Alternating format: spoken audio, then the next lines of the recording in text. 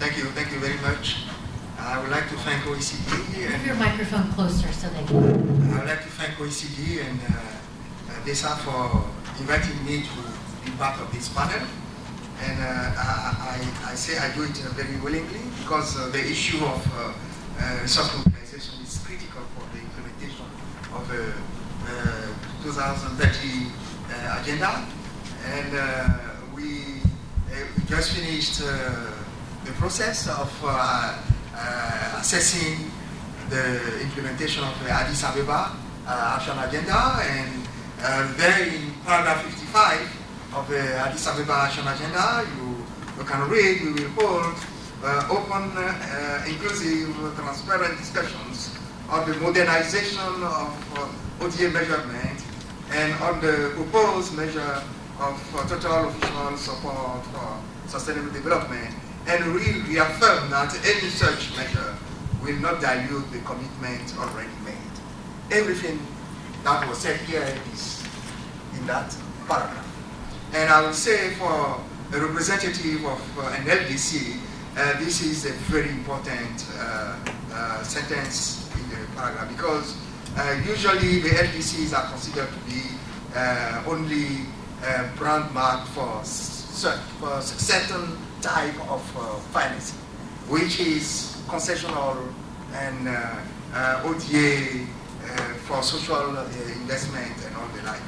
I consider that this type of tight jacket has prevented the development of LDCs.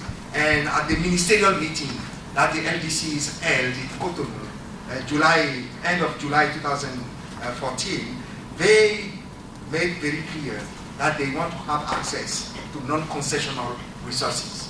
They want to have access to private financial markets, to be able to levy resources that are, mobilize resources that are necessary for funding the, I would say, national development of a national endowment in resources, development of a national endowment in capacity to contribute to the global economy as such. And there, when I say capacity to contribute to the global economy, it's not just state-owned. It's not just state-motivated cooperation that is called for. It's also the I would say, larger propensity of our countries to call for, to get involved in public-private partnerships.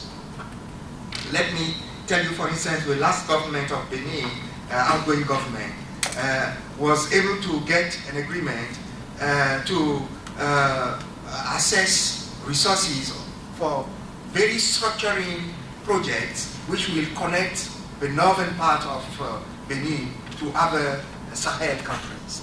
And this was very significant because private companies were ready to fund on their own resources the projects and then negotiate later on how to, so to say, manage that in the government. So I think that the need to expand the scope of resources that are available for LDCs is very critical, and TOSD goes in that direction. I would say it's a very good response to that direction, that motivation that is present in the field. And whatever is said here, I consider that those are issues that has to be discussed. Blended finance is really, I would say, game changer for the LDCs. And co-financing, leveraging catalytic effect, yes, because the risk perception in the LDCs is misused to really marginalize the LDCs. A country may present a global rich, I would say, rank, which is not motivating, but a specific project may have a game changer and a structuring effect on the whole country. Why do we penalize such a project by using the country assessed risk to motivate decision on such a project? those are concrete issues. That's one example of concrete issues that I want to address. If a project can bring returns, can even generate a reflux of resources to the countries which continue to do its implementation, there should not be any artificial boundary, any artificial hurdles to putting it in place. And I would like to express very strong support to really putting in place mechanisms that help navigate, I would say, joint ventures in the countries, and the involvement of donor countries in such mechanism will only render those projects more competitive and give them more chance to move forward. So, all in all, I do support the principle of having a larger scope of measurement for resources that the NDCs are mobilizing in support of the implementation of the action plan. Thank you. Thank you so much, Ambassador Zalesky.